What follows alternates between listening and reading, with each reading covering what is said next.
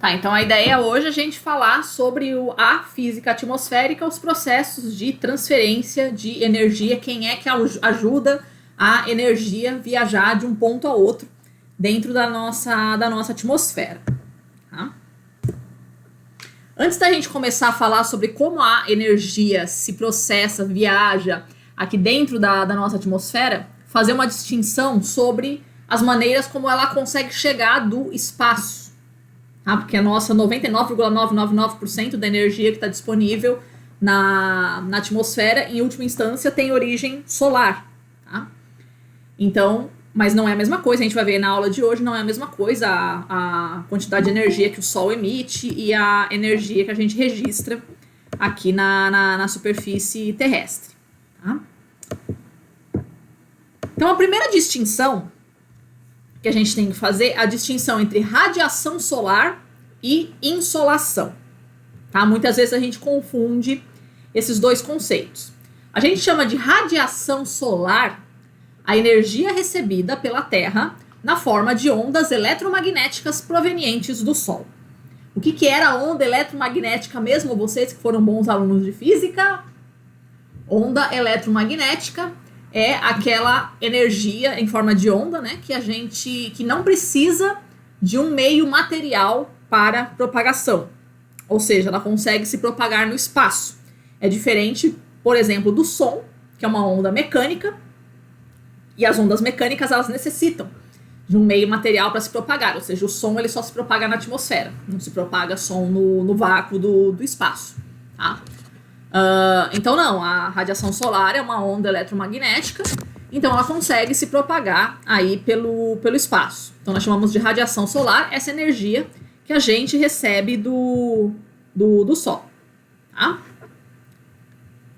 E chamamos de insolação a radiação solar que a gente recebe aqui na Terra, na superfície da Terra, numa unidade de tempo, num comprimento de tempo determinado, um período de tempo determinado. Tá? A quantidade de energia que cada ponto da Terra recebe não é a mesma, por alguns motivos. Primeiro, por conta da curvatura da Terra, né? Então a redondeza da Terra faz com que a gente não tenha a mesma incidência de radiação solar em todos os pontos, ou seja, o Sol é o mesmo. Ok, o Sol é o mesmo, mas a curvatura da Terra não permite que esse mesmo Sol ele incida no mesmo dia, na mesma hora, ele não vai incidir com a mesma intensidade em cada ponto da Terra por conta dela ser uma superfície curva. Tá? Outras coisas também que são envolvidas, aí outros fatores que a gente tem que considerar quando a gente está falando da insolação. O fotoperíodo, que vocês se lembram do semestre passado, que a gente calculou a duração do dia nas diferentes estações do ano. Então vocês viram que tem época do ano que o dia é mais comprido, tem época do ano que o dia é mais curto. Tá? Então, em épocas do ano em que os dias são mais compridos, que é basicamente o verão, você vai ter uma quantidade de insolação maior, ou seja, a superfície da Terra vai receber mais energia. Tá? E o contrário, quando você está no inverno, o fotoperíodo, que é a duração do dia iluminado, vai demorar menos, então você vai ter menos energia chegando. Tá?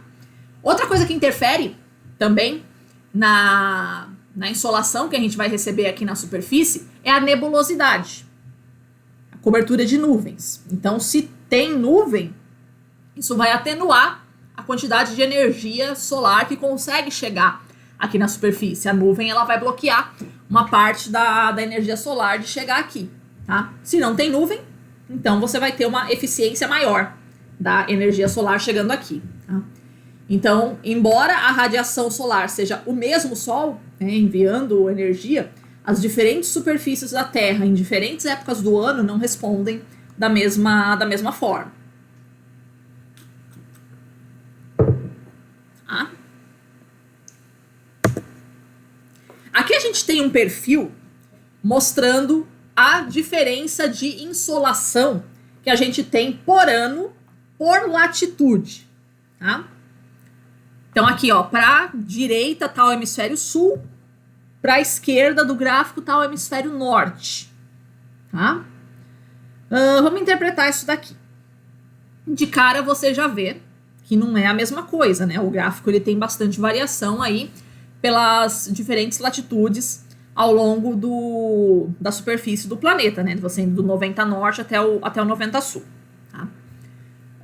Mas também, assim, de cara, a gente não consegue enxergar uma lógica. Assim, de cara. Por quê? O senso comum te levaria a crer que a área que mais receberia insolação no planeta seria o Equador. É a área mais iluminada, é a área que os raios solares incidem com menor angulação, assim, em média, ao longo do ano. Então, a gente deveria ver a parte mais alta dessa curva no Equador.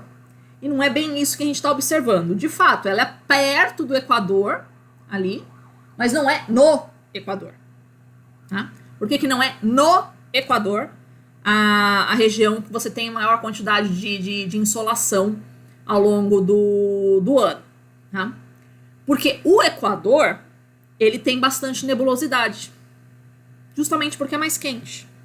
Tá? Então, embora ele recebe bastante energia, claro, mas essa energia, ela se reverte em evaporação da água e produção de nuvens. Tá? Então, exatamente sobre o Equador, você tem sempre, se você for olhar a imagem de satélite, sempre tem uma boa cobertura de nuvens, assim, fazendo uma cinturinha na Terra. Tá? Então, essa região equatorial, ela tem uma insolação um pouquinho reduzida em relação à região tropical como um todo, tá? Em função aí da nebulosidade. Tá? Onde é que você vai achar os maiores picos de insolação ao longo do ano? Eles estão aí na faixa de uns 25, 30 graus de latitude, se você for reparar. Tá? Essas vão ser as áreas de maior insolação. Tá? A razão para isso, a gente só vai ver na aula 7, 8? Acho que é a 8. Acho que é a aula 8 que a gente vai ver isso. Mas se você for observar o globo, você vai conseguir perceber uma coisa. Deixa eu tirar aqui.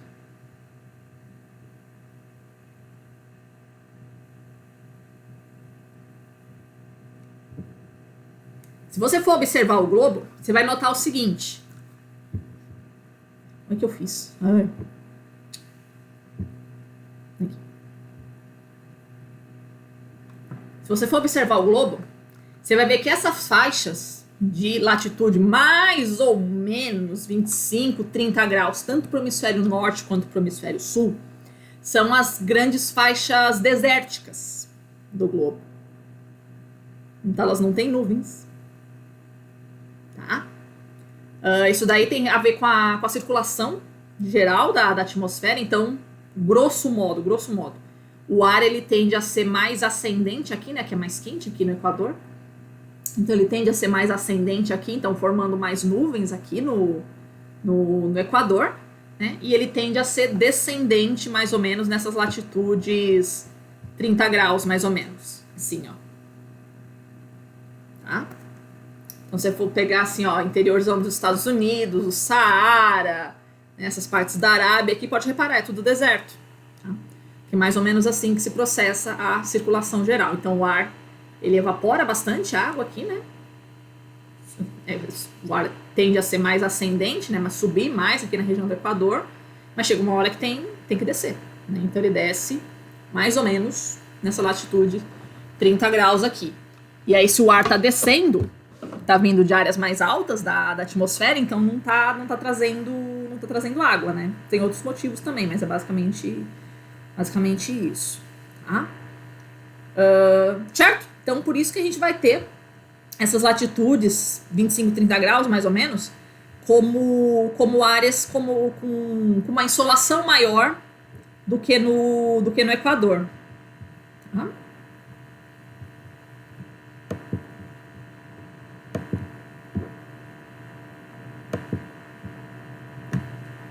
E se você for reparar, você observa até uma diferença entre os hemisférios, comparando essas latitudes, 30 graus mais ou menos. Tá? Por quê? Você vai ter onde maior essa insolação maior? Mais no hemisfério norte do que no hemisfério sul. Por quê? Um dos motivos é que o hemisfério norte ele tem mais continentes do que o hemisfério sul.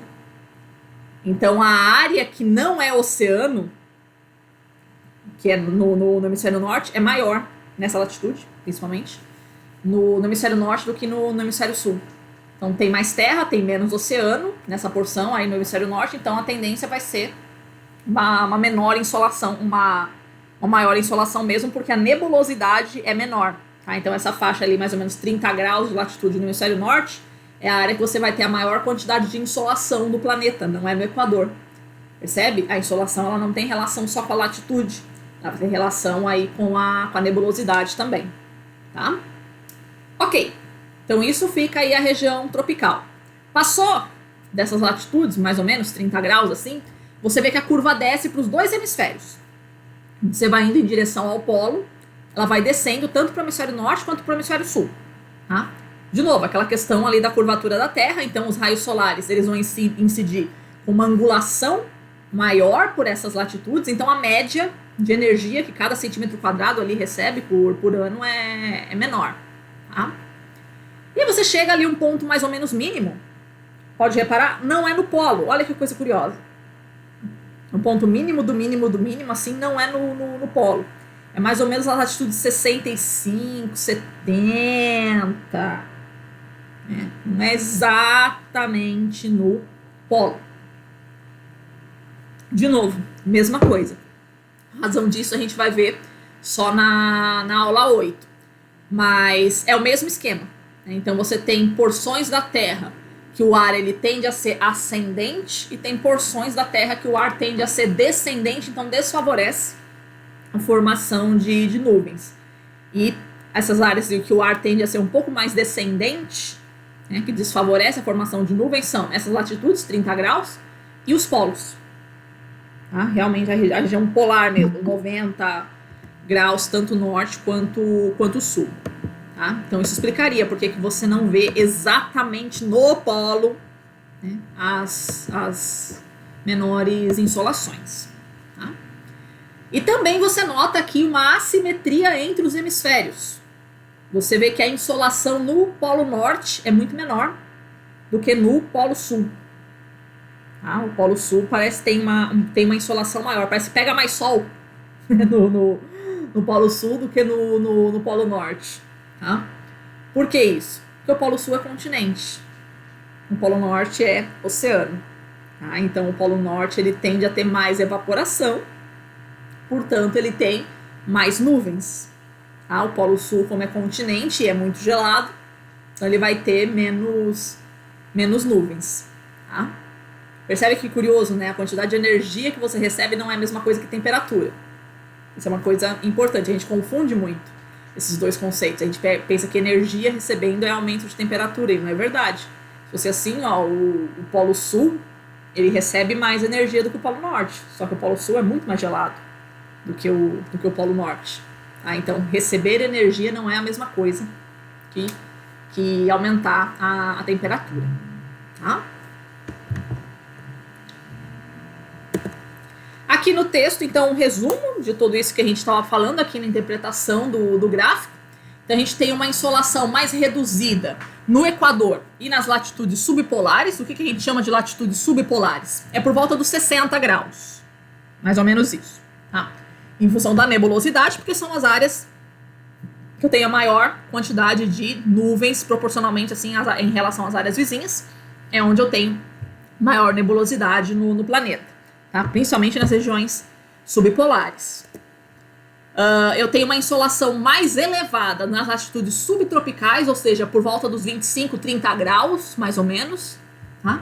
Que é o ramo descendente da célula de Hadley, essa circulação geral, que eu falei que a gente vai ver daqui a algumas aulas ainda, mas já para vocês reterem um pouquinho da ideia. Então, uma região em que as correntes de ar elas tendem a ser descendentes, ou seja, elas vêm de cima, tá? Então isso desfavorece a formação de nuvens.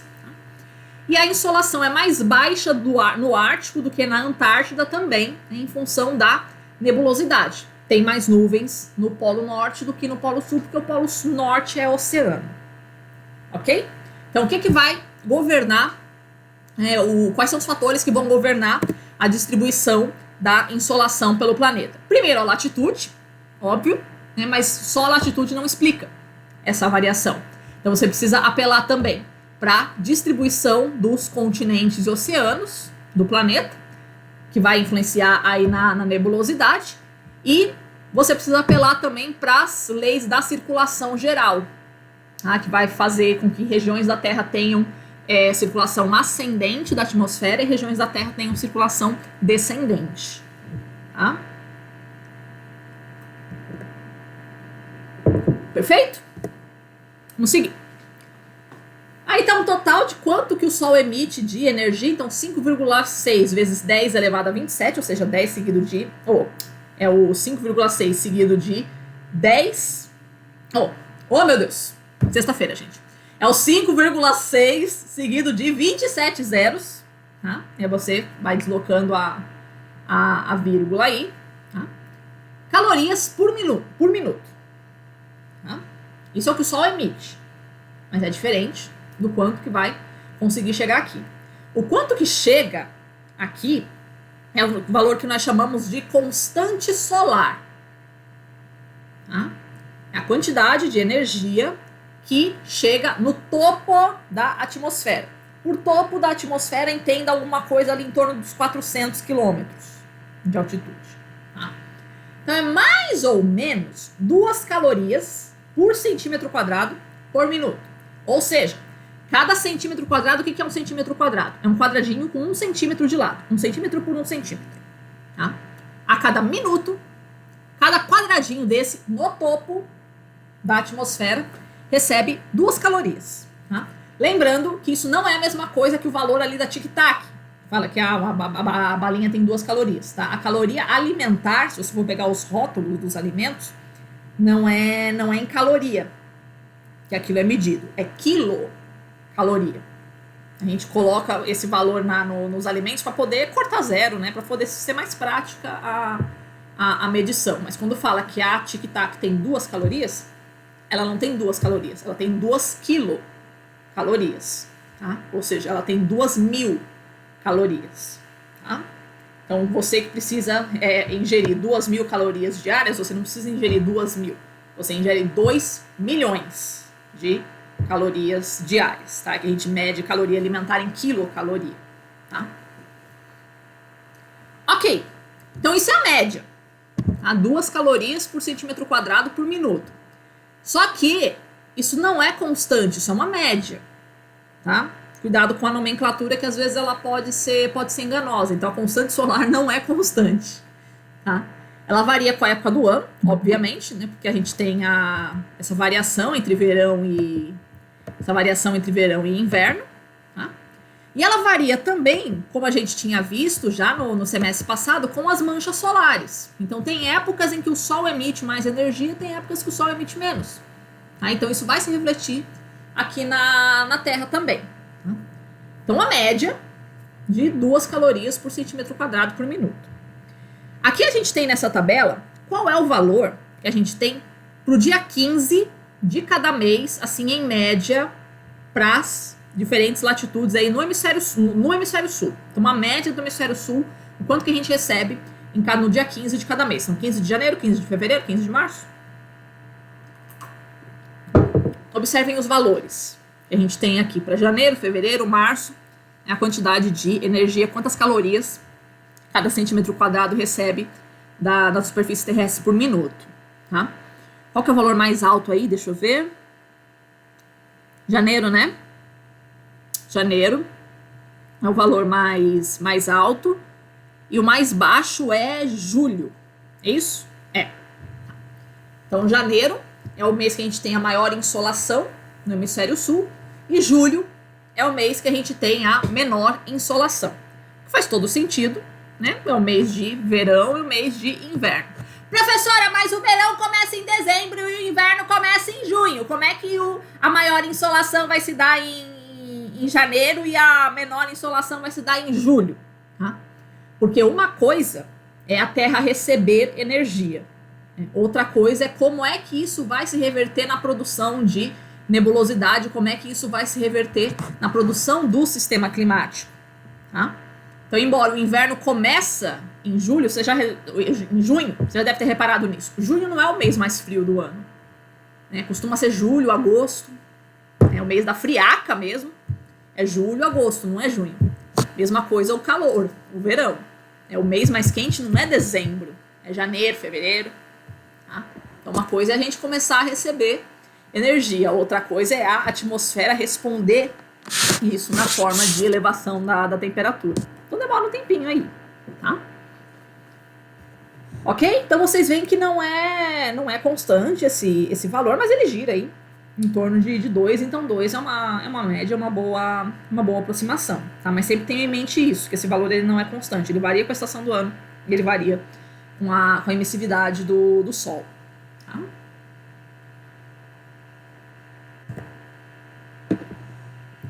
Meios que a gente vai ter a atenuação da radiação solar dentro da atmosfera, ou seja, uma vez que a energia entra na atmosfera, o que ela pode fazer? Quais são os caminhos que ela pode seguir?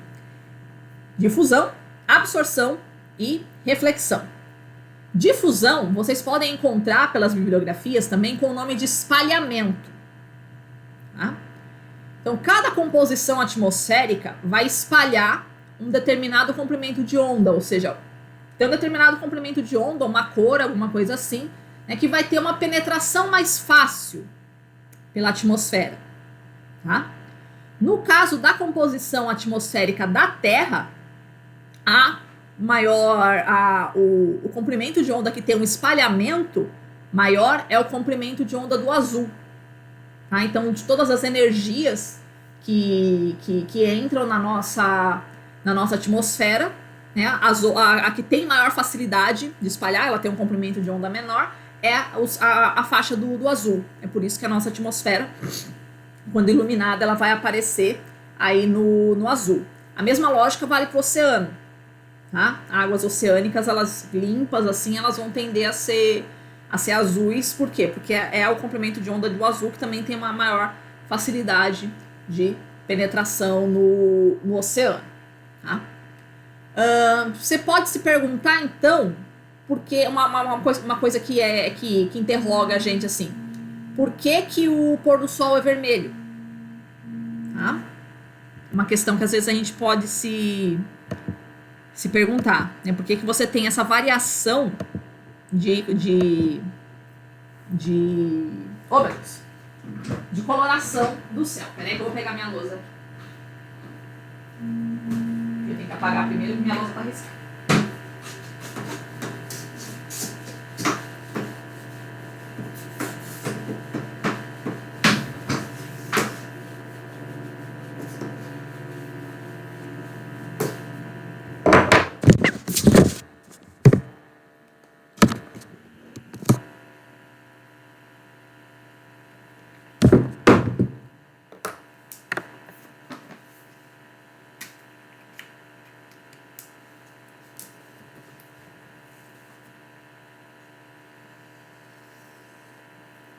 Terra.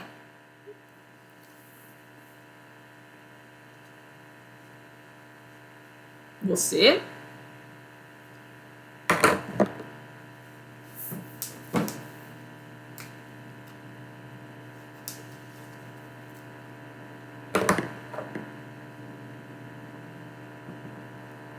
Atmosfera. E o Sol.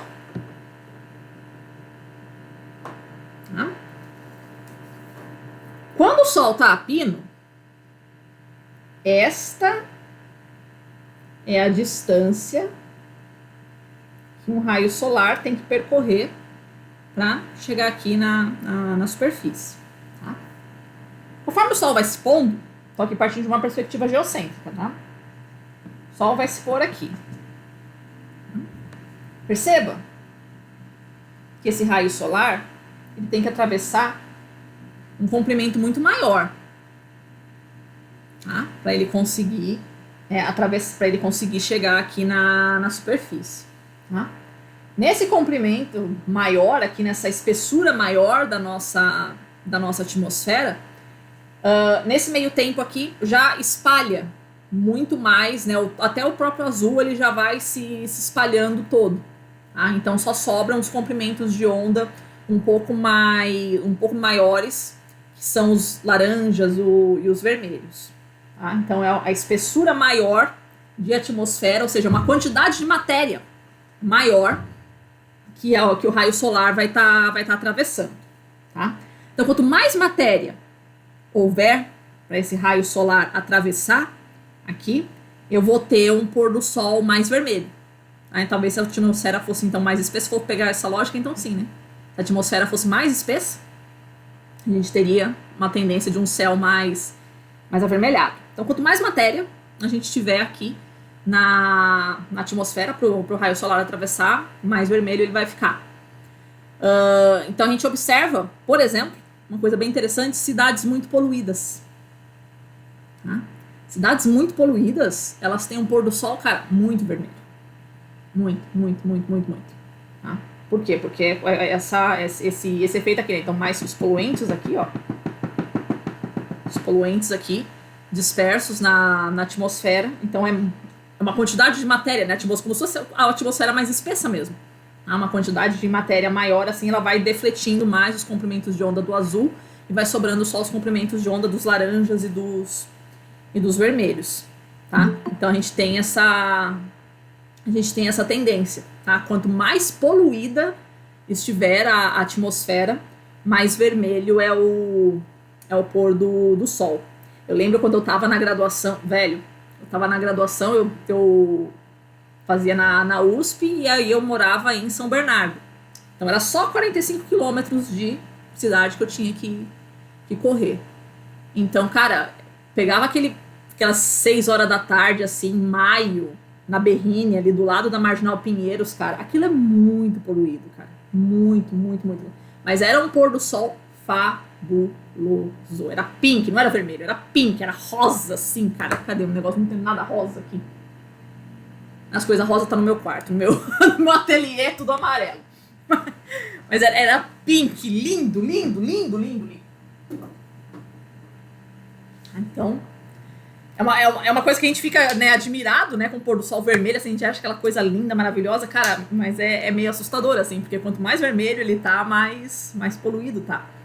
Não só a poluição antropogênica, que a gente chama de poluente natural também, né, cinza vulcânica.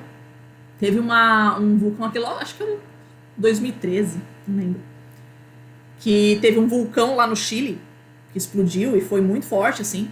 E aí as cinzas chegaram até aqui, até em cima dos carros, assim, a gente começou a perceber, assim, as cinzinhas, assim, acumulando.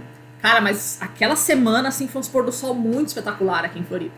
Muito. Que, tipo, os meus alunos nunca tinham visto isso, né? Tipo, eu sou de uma cidade poluída, eu já tava acostumada a ver uns pôr do sol bonito daqueles, né? Mas os meus alunos em Floripa não tem esse grau de poluição, cara, então eles não conheciam isso. Aí todo mundo mandando um monte de foto, tipo... Isso eu já conheço, né? Eles, todo mundo admirado, assim, mas eu já tava acostumado. Prof? Oi? Quando que foi isso? Eu acho que é 2013. Ai, eu acho que eu lembro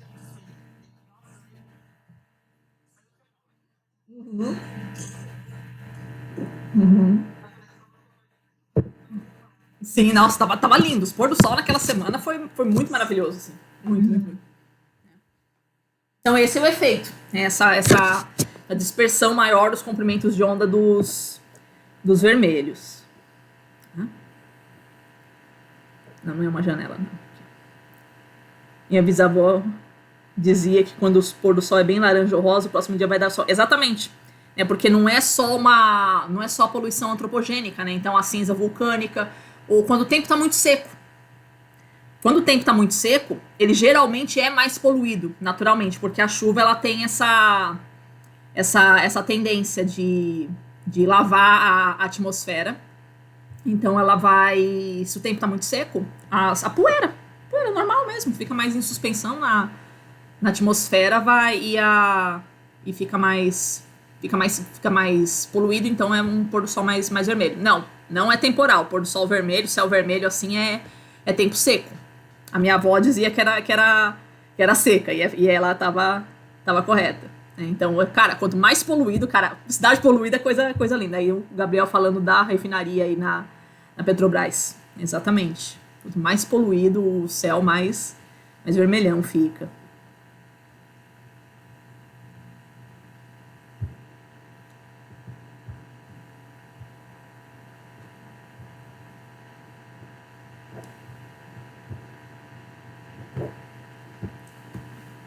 Absorção.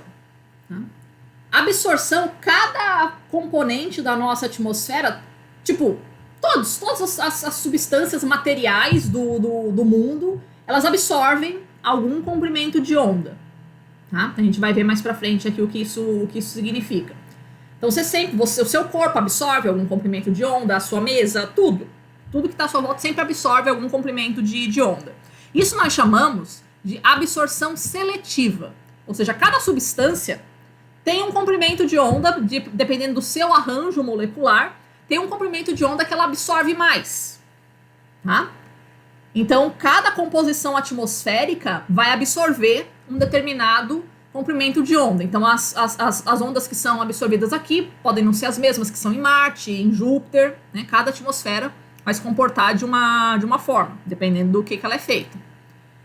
Se a energia não foi nem difundida, nem absorvida por nenhum componente da atmosfera, ela volta para o espaço. Ou seja, se tiver comprimentos de onda que não tem nenhum elemento na nossa atmosfera que absorva aquele comprimento de onda, isso vai ser refletido de volta para o espaço, que é o que nós chamamos de reflexão. Então não fica aqui, tá?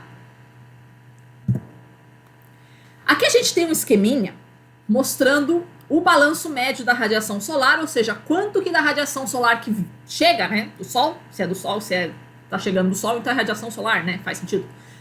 Então quanto que da radiação solar ela vai conseguir efetivamente chegar aqui na superfície. Então pega o seguinte aqui, pega 100% aqui, essa seta maior, 100% a radiação solar, ou seja, toda a radiação solar que chega aqui, tá?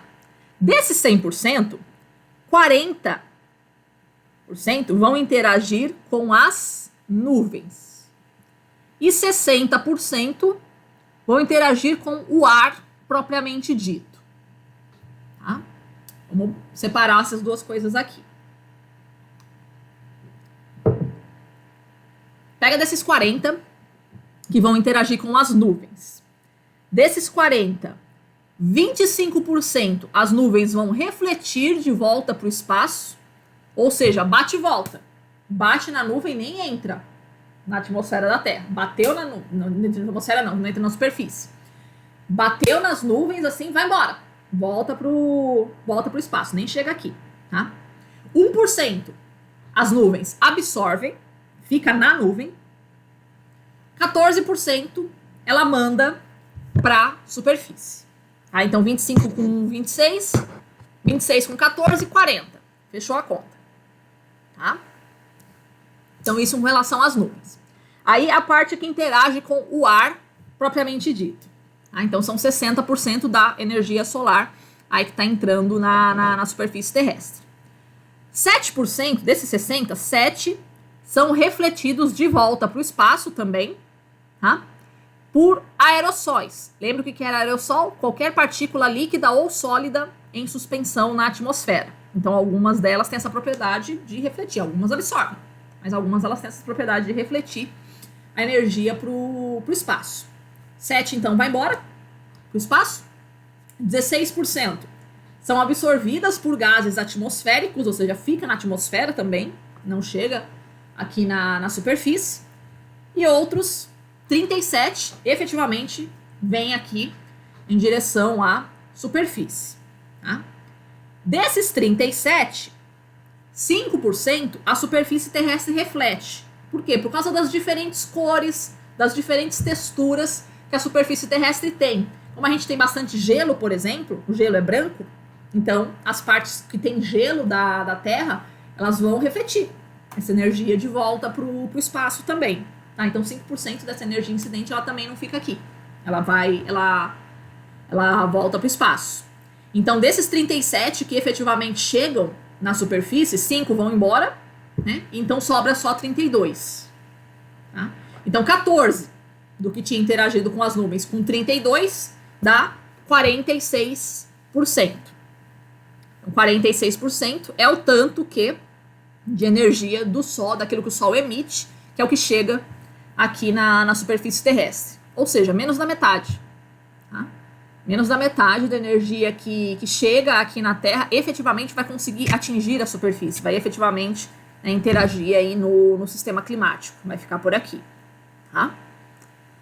Uma coisa que eu queria chamar a atenção, né, é para o valor que é refletido pelas nuvens. Tá? 25% da quantidade de energia, né, que chega aqui na Terra é refletido pelas nuvens, ou seja, um quarto. Tá? Um quarto da energia que o Sol manda sequer bate aqui. Bate nas nuvens, vai direto para o espaço. Tá? Isso, pessoal, é média. Por quê? Porque a gente sabe que anualmente a cobertura de nuvens varia. Tem ano que é mais frio, tem ano que é mais quente, tem ano que é mais seco, tem ano que é mais chuvoso.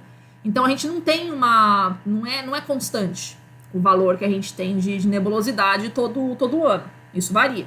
Então esses valores, eles variam também. Tá? Isso aí é uma média também, isso não é constante.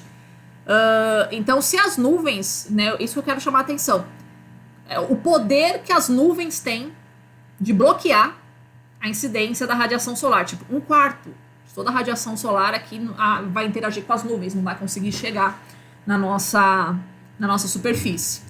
Então pensa, um ano que você teve um pouquinho a mais de nebulosidade, tá? Você já vai ver esse valor, né, ser alterado. Você pode ver 26, 27% de energia sendo retido pelas nuvens, ou menos. 24, 23, se é um ano que teve menos nebulosidade, tá? E isso, as consequências óbvias aí pro sistema climático. Tá? Um sistema que vai receber mais energia ou menos energia vai ter processos meteorológicos diferentes também, ano a ano. Tá?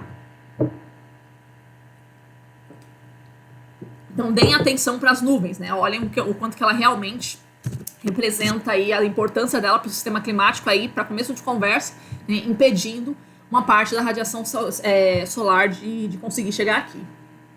Tá? Agora, mudando um pouquinho de assunto, passar para vocês o conceito de albedo. Tá? Albedo é a quantidade de energia que uma determinada superfície ou um determinado corpo reflete. Tá? Aqui no caso, a gente tem que a superfície terrestre, ela absorve 46%. Tá? A gente precisa ver o quanto que a gente reflete. Agora, que não é a mesma coisa, porque não é o contrário, né? Não é o que falta para 100%, porque tem uma parte que é absorvida pelas os diferentes componentes aí do sistema climático. Tá? Então, pega qual que é as diferentes superfícies que a gente tem no planeta, sempre elas refletem uma parte de energia, ou seja, absorve um pouco, mas reflete um pouco também. Tá? A gente sempre espécie esse valor em porcentagem ou em fração, né? Um valor de 0 a 1. Tá? Então, dizer que o albedo de uma superfície é 0,3 significa que essa superfície reflete 30% da energia que incide sobre ela e absorve 70%. Tá?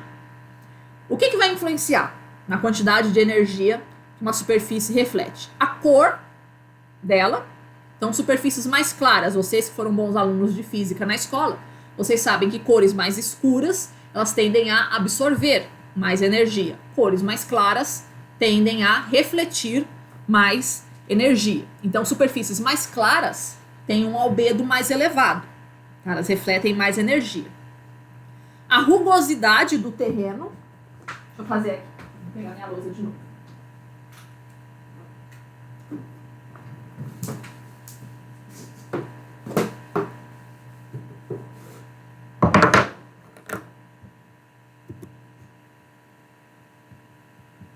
tô?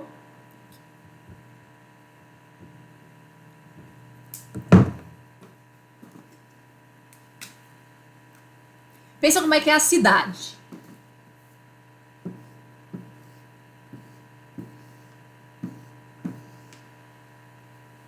Cidade. Vocês veem que eu desenho bem pra caramba.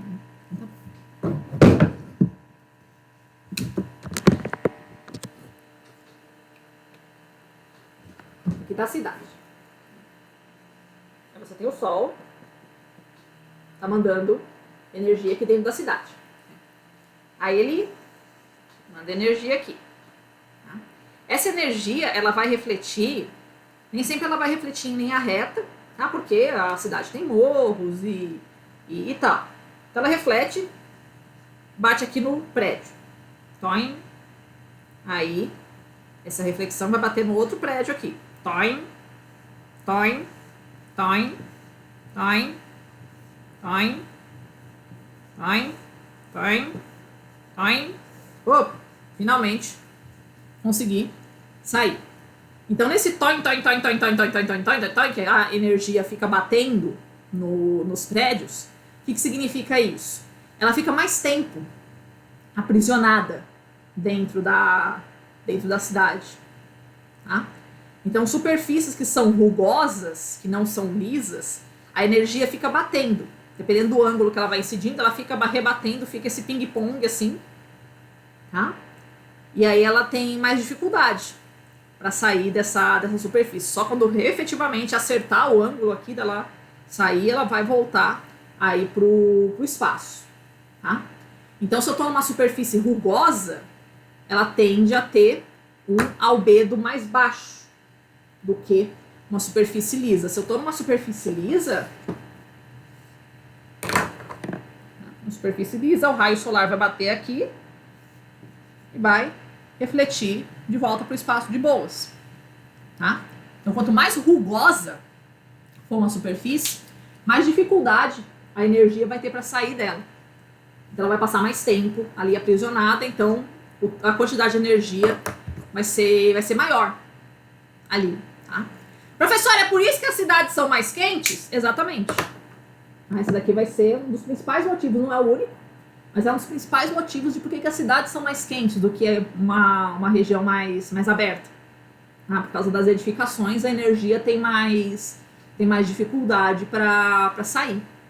Tá? Tem questão da ventilação, tem questão da vegetação também, mas esse é um dos motivos disso. Tá?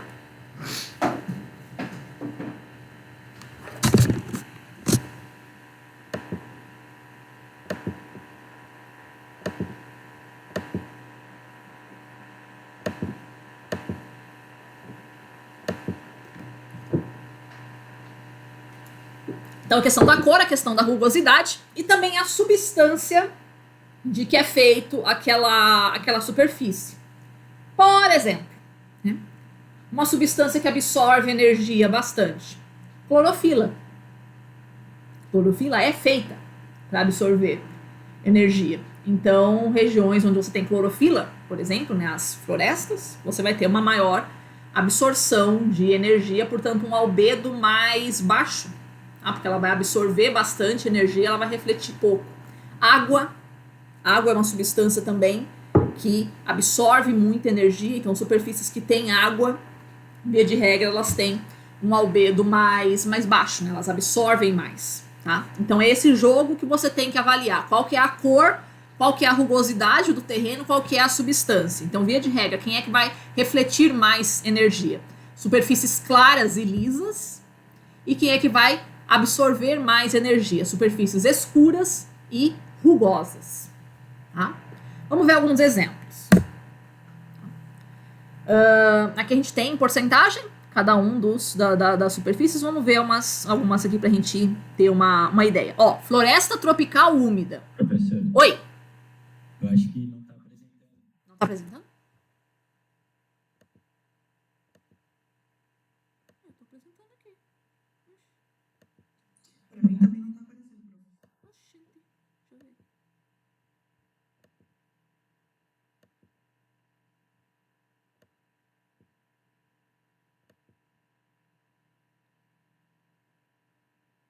Agora, foi? Aqui pra mim não. Oxi! Agora Foi, foi? agora foi. Tá, é a internet. Beleza. Então aqui, a floresta tropical úmida. Tá? O valor do albedo dela é de 7 a 15%. Então ela reflete muito pouca energia, ela absorve muito. Tá? Por que, que a floresta tropical ela absorve tanta energia? Primeiro porque é uma superfície escura, o verde é uma cor mais escura, então ela tende a absorver energia. A floresta tem clorofila, tem água, então ela absorve energia por conta disso. E é uma superfície rugosa também, né? Esse mesmo toin que a energia faz nas cidades, pensa como é que não é nas folhas, então, né? Na variação toda. Neve recém-caída, 80% é o albedo da neve. Por quê? Porque é branca. Tá? A neve caída há alguns dias, ela vai ficando mais sujinha, né? Vai ficando mais sujinha, ela vai absorvendo mais energia. Então, tem um albedo aí de 50% a 70%. Tá? Olha o albedo da água. Né? Varia aí com a angulação, né? Aí vai ser a lei de Snell.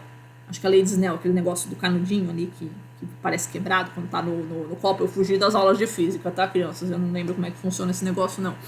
Mas tenham em mente que o albedo da água, ele em geral é baixo. Tá? A água absorve muita energia. Ó, a água com altura solar com mais de 40 graus, então você tem uma angulação aí maior de penetração, você tem um albedo de 2 a 4% só, então muito baixo. Albedo da água, onde tem água, cara, o albedo é muito baixo. Tá? Areia, 15 a 25%. Agora, dunas de areia, você tem uma areia mais branca, 30 a 60%. Então, aquela areia bem clarinha mesmo, ela tem um albedo mais elevado. Asfalto, de 5 a 10%. Então, o asfalto é escuro, então o asfalto absorve muita energia. Tá? Então, é isso. É esse o jogo de fatores que você tem que considerar. A cor, a rugosidade e a substância do que aquele material é feito. Tá? Isso vai ser importante para a gente saber, né, quais as superfícies da Terra, por que elas vão absorver mais energia ou vão absorver menos, né?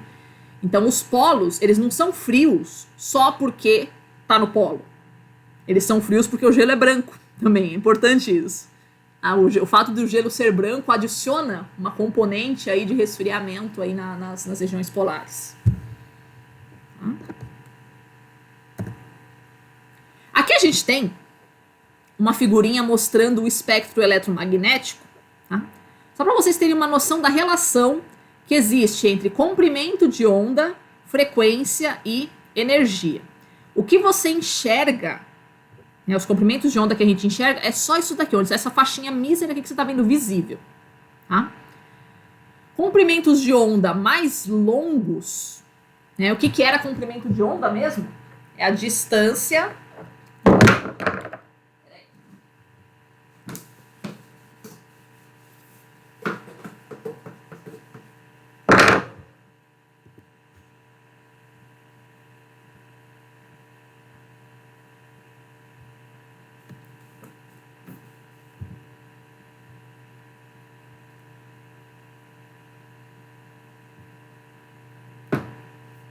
Ixi.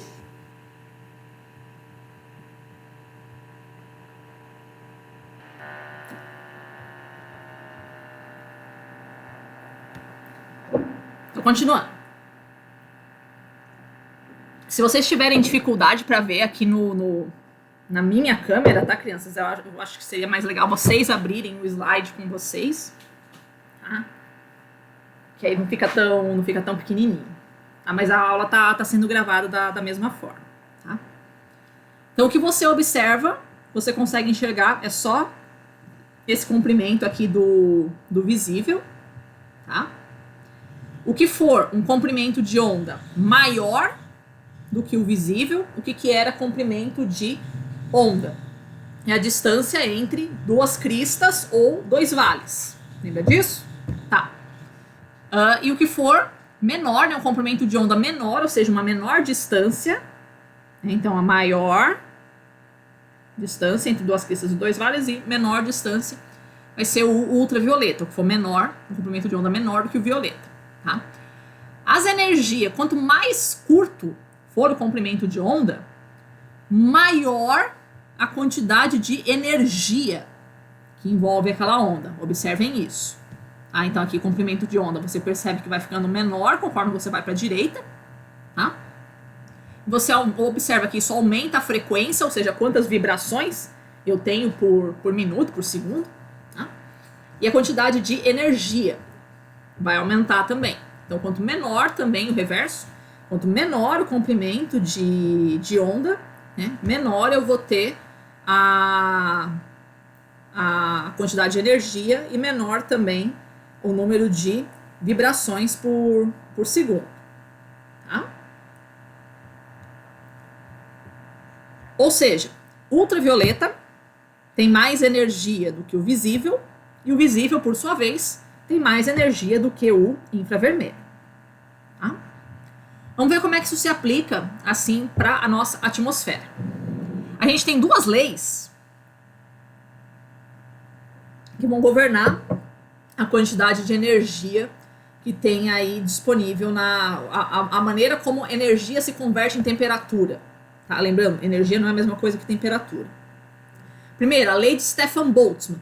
A energia irradiada por um corpo é proporcional à quarta potência da sua temperatura. Isso em português quer dizer o quê, professora? Seguinte, eu pego dois corpos que estão em temperaturas diferentes. Tá? Esse corpo aqui está numa temperatura X. Esse corpo está na temperatura 2x. Está com o dobro de temperatura. Tá? Um está 20, outro está 40, vamos supor. Tá? Quanto de energia que esse daqui que está mais quente, ele vai emitir mais do que o outro que está mais frio? A lógica te levaria a crer, tá o dobro de temperatura, então ele tem 2 vezes mais energia. Não. Tá? A lei de Stefan Boltzmann diz que essa variação de energia ela é proporcional à quarta potência da sua temperatura. Ou seja, esse valor é elevado a 4. Então, se eu tenho um corpo que está com o dobro de temperatura, ele não vai ter o dobro de energia. Ele vai ter o dobro elevado à quarta. Então, 2 elevado à quarta, vocês que foram bons alunos de matemática na escola, 2 elevado à quarta dá 16. Tá? 2 vezes 2 vezes 2 vezes 2. Tá? Então, um corpo que tem o dobro de temperatura do outro, ele tem 16 vezes mais energia. Tá? Então, é escandalosamente maior assim, a quantidade de energia que você tem com o aumento da temperatura. Tá? E a lei de Wien, o comprimento de onda do pico de emissão de um corpo é inversamente proporcional à sua temperatura. Professora, o que é pico de emissão? Todo corpo, né, emite energia. Todo corpo. Tá? Só que sempre tem um comprimento de onda que é o que você emite mais. Você, enquanto ser humano, você emite raio-x, você emite ultravioleta, você emite visível, você emite um monte de coisa. Mas tem uma energia que você emite mais. Esse pico de emissão, ele está diretamente relacionado com a sua temperatura. Da seguinte forma, quanto mais quente você é, menor é o comprimento de onda preferencial da sua emissão, ou seja, do seu pico de emissão. Tá? Então, corpos mais quentes, tá, vão irradiar em comprimentos de onda menores. Tá? Nessa parte aqui do gráfico. Corpos mais frios vão irradiar em comprimentos de onda maiores. Tá? É o que a gente observa, por exemplo, se você for comparar a relação entre o Sol e a Terra. O Sol, a temperatura da superfície dele é de 6.000 Kelvin. Então, onde é que está o pico de emissão do Sol? Onde é que ele mais emite? Do ultravioleta até o infravermelho próximo. O que diabos é isso? Ou seja, do ultravioleta, aqui, tá? Do ultravioleta, passa pelo visível, até o infravermelho chamado próximo. A gente tem 3 comprimentos. A gente costuma dividir o infravermelho em 3 comprimentos: próximo, médio e distante. O próximo é o mais perto aí, é o mais próximo do visível. Então, este é o pico de emissão do Sol: ultravioleta visível, infravermelho próximo. Uma estrela que tem essa temperatura. Qualquer estrela que tiver essa temperatura vai emitir esse comprimento de onda. Tá? A Terra tem um comprimento tem uma temperatura de superfície de 288 Kelvin, o que dá 15 graus Celsius. Tá? Então, o comprimento de onda que a Terra emite é o infravermelho distante, aqui. Tá? Então, o Sol emite aqui do ultravioleta, tá? Infravermelho próximo, a Terra emite o infravermelho distante. Ou seja, uma coisa é a Terra receber energia do Sol. Outra coisa é como é que isso vai para o sistema climático. Então, a Terra, o que a atmosfera se manifesta como energia, não é aquilo que ela recebe do Sol. É aquilo que a Terra reflete de volta. Tá? Então, disso daqui, desse jogo aqui, o quanto que a Terra está absorvendo de energia, é isso aqui que a gente tem que saber. Pouco importa. Pouco importa não, né? Não é maneira de dizer.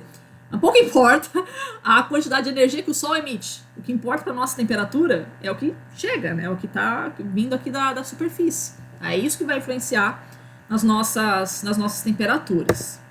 Tá? Então, é nesse comprimento de onda que a Terra vai emitir no infravermelho, um pouco mais distante, ou seja, né, testemunhando aí a sua temperatura. Ou seja, quanto mais quente um corpo, menor é o seu comprimento de onda, ou seja, é inversamente proporcional à sua temperatura. Corpos quentes, ou seja, temperatura elevada, é um comprimento de onda mais curto, aquela luz que ela emite. Corpos de temperatura mais baixa tendem a emitir um comprimento de onda mais longo. Tá?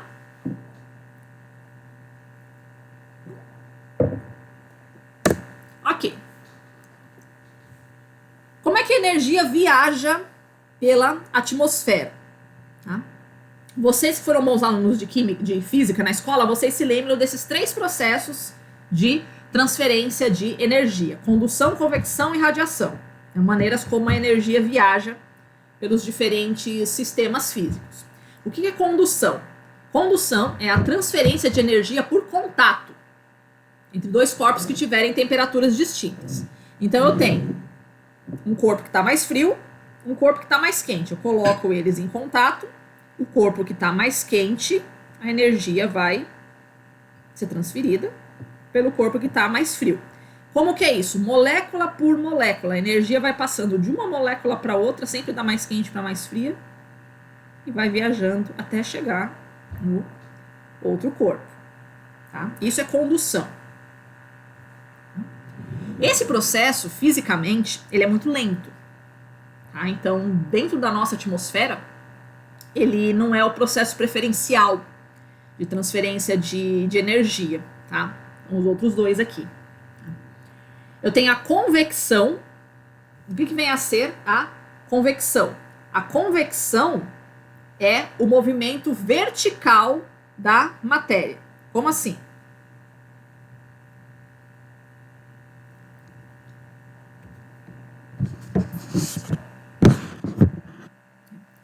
Lembra, o ar quente sobe e o ar frio desce. Lembra disso? Tá. O ar quente, então, ele fica mais leve, ele tende a subir. E o ar mais frio, então, ele vai tender a descer. Tá? E aí, quando ele desce, ele se aquece aqui embaixo, na superfície de novo, ele volta a subir. E esse ciclo nunca termina. Tá? Isso é o movimento de convecção, esse deslocamento vertical da matéria, no caso, a nossa atmosfera.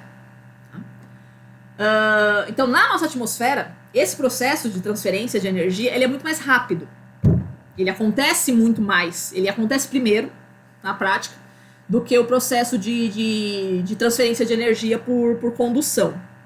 Tá? Esse movimento ele é mais mais eficiente, porque é muita quantidade de energia, né, com pouco trabalho, assim. Tá? É mais fácil disso ocorrer. E por fim, nós temos a radiação, que é quando a energia é propagada sem necessariamente a presença de um meio material. Tá? Energia que pode ser propagada aí pelo espaço. Então, isso são os processos que a gente tinha aí de propagação, de transferência de energia fisicamente. Ok? Então, lembra que para nossa atmosfera, aqui o principal vai ser a convecção. Parece que de repente a câmera ficou melhor. Sim.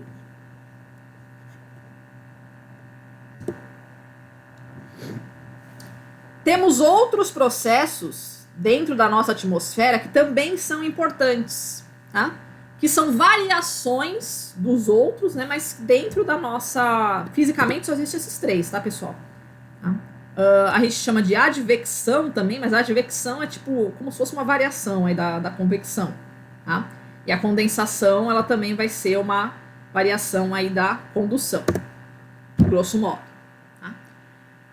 Mas aqui para nossa atmosfera, o que nós chamamos de advecção? É o deslocamento horizontal de uma parcela de ar. Então, convecção é o deslocamento vertical, esse ciclo aqui, né? O ar quente sobe, o ar frio desce. Só que você pode também ter troca de ar frio por ar quente na horizontal. Como, por exemplo, você vindo aqui, ó, do Equador em direção ao polo, ó. Então, eu posso ter uma massa de ar que vai indo do Equador aqui, lá, pela superfície da Terra, né? E uma massa de ar frio saindo do polo e indo em direção ao Equador, tá? Isso nós chamamos de advecção, é o deslocamento horizontal. A gente vai ver mais quando a gente falar sobre as massas de ar, tá? E por fim, o processo que de longe vai representar as maiores transferências de energia dentro da nossa atmosfera, tá? Que é as mudanças de estado físico da água. Tá? De longe, de muito longe, a condensação, que é a passagem do estado gasoso para o líquido, e a evaporação, que é a passagem do estado líquido para o estado gasoso, são os processos que mais envolvem transferência de energia dentro da nossa atmosfera. Tá?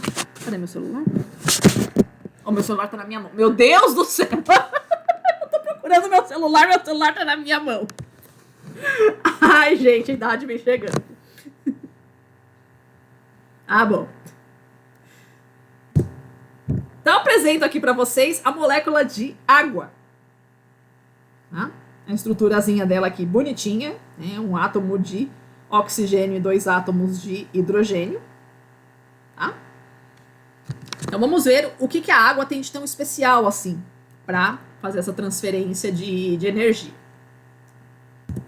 Vocês que foram bons alunos de química na escola, vocês se recordam sobre as forças de atração que existe entre as moléculas, tá?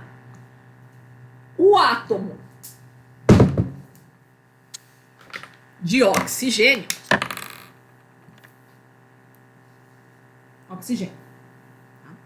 O átomo de oxigênio, vocês se recordam, ele tem 6 elétrons na camada de valência. Lembra disso? Tá. O hidrogênio tem 1. Tá? Quanto que os elementos querem ficar? Se você não é hidrogênio nem hélio, você obedece à regra do octeto. Tá? Então, o oxigênio quer ficar com 8 elétrons. Tá? Tem outro hidrogênio aqui. Beleza. Então, eles vão compartilhar, né? Lembra disso? Compartilhou aqui, o oxigênio ficou com 7. Compartilhou aqui, o oxigênio ficou com 8. O hidrogênio fica com 2, tá? Porque o hidrogênio e o hélio, a tendência deles é ficar só com 2 mesmo, né? Já completa a camada de valência deles, tá? Só que não é só isso que vai acontecer. Tá? O oxigênio, ele é dito que é um elemento extremamente eletronegativo. O que quer dizer isso? Tá? Falta muito pouco para ele completar a regra do octeto. Tá? Existem elementos que querem, são mais loucões assim, querendo pegar elétrons dos outros elementos. Tá? Essa propriedade a gente chama de eletronegatividade. Ela é diretamente proporcional à quantidade, assim, quanto menor o tamanho do átomo e mais perto ele tá de completar a regra do octeto, maior a sua eletronegatividade. Ou seja, quando ele vê um elétron por perto, cara, ele puxa para ele. Tá? Então, qual é o elemento que é mais eletronegativo? É o flúor, porque essa regra não se aplica aos gases nobres, né? Porque os gases nobres já completaram a regra do octeto. Então, o flúor é o elemento mais eletronegativo. Em segundo lugar fica o oxigênio. Em terceiro lugar fica o nitrogênio. Então, todas as vezes que eu tiver uma ligação entre o hidrogênio e o oxigênio, esses elétrons aqui, eles não vão ficar pertinho do hidrogênio assim.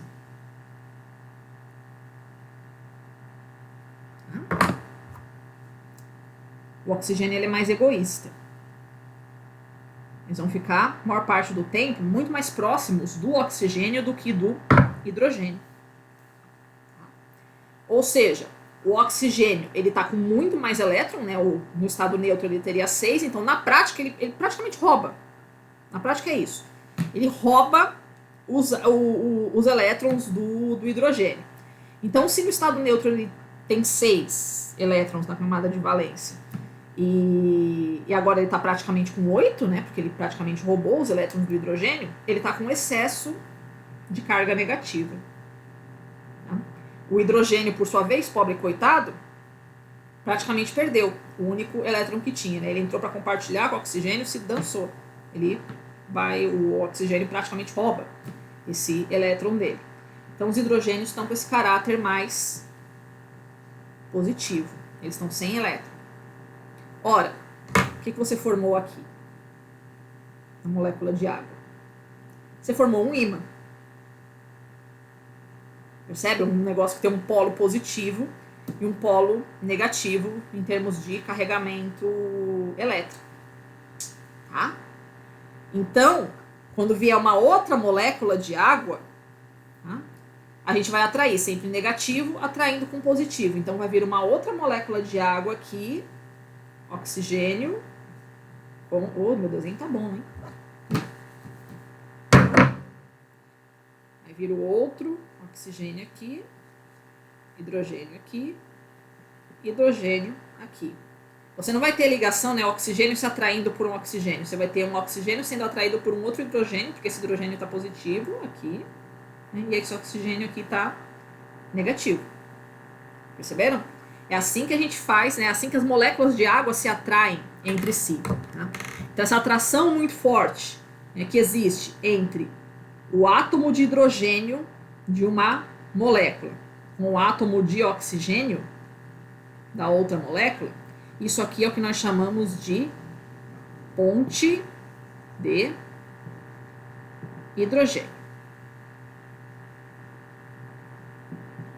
Esse é o nome que tinha no meu tempo, né? Hoje eles estão falando agora em ligação de hidrogênio, que é o nome mais moderno. Tá? Mas, de qualquer forma, é essa atração que existe entre as moléculas de água, né? Sempre que você tiver hidrogênio ligado ou no flúor, ou no oxigênio, ou no nitrogênio, essa substância estabelece ponte de hidrogênio. Ou seja, elas têm uma atração elétrica entre si muito forte. De tal forma que, né, elas ficam muito coesas. As moléculas da água, elas são muito coesas entre si. Tá? E o que eu preciso fazer, lembra o que era uma substância que está no estado gasoso? O que é uma substância que está no estado gasoso? As moléculas dela estão totalmente viajando por ali. Tá? Então, para conseguir fazer isso com a água, para eu conseguir fazer ela passar do estado líquido para o estado gasoso, eu tenho que romper todas essas ligações de hidrogênio. Eu tenho que fornecer uma quantidade de energia tão grande para a água a ponto de ser maior que o grau de agitação que eu vou colocar nessas moléculas vai ser maior do que a atração que elas exercem entre si. Tá? Então, elas exercem, elas se sentem muito atraídas. Eu preciso deixar elas tão agitadas a ponto de elas não sentirem mais nenhuma atração entre si e elas ficarem balançando ali pelo ar. Ou seja, isso consome muita energia.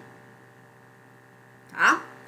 Então, sempre que eu estiver falando de mudança de estado físico da água, isso consome muita energia. Principalmente essa mudança aqui, do estado líquido para o estado gasoso.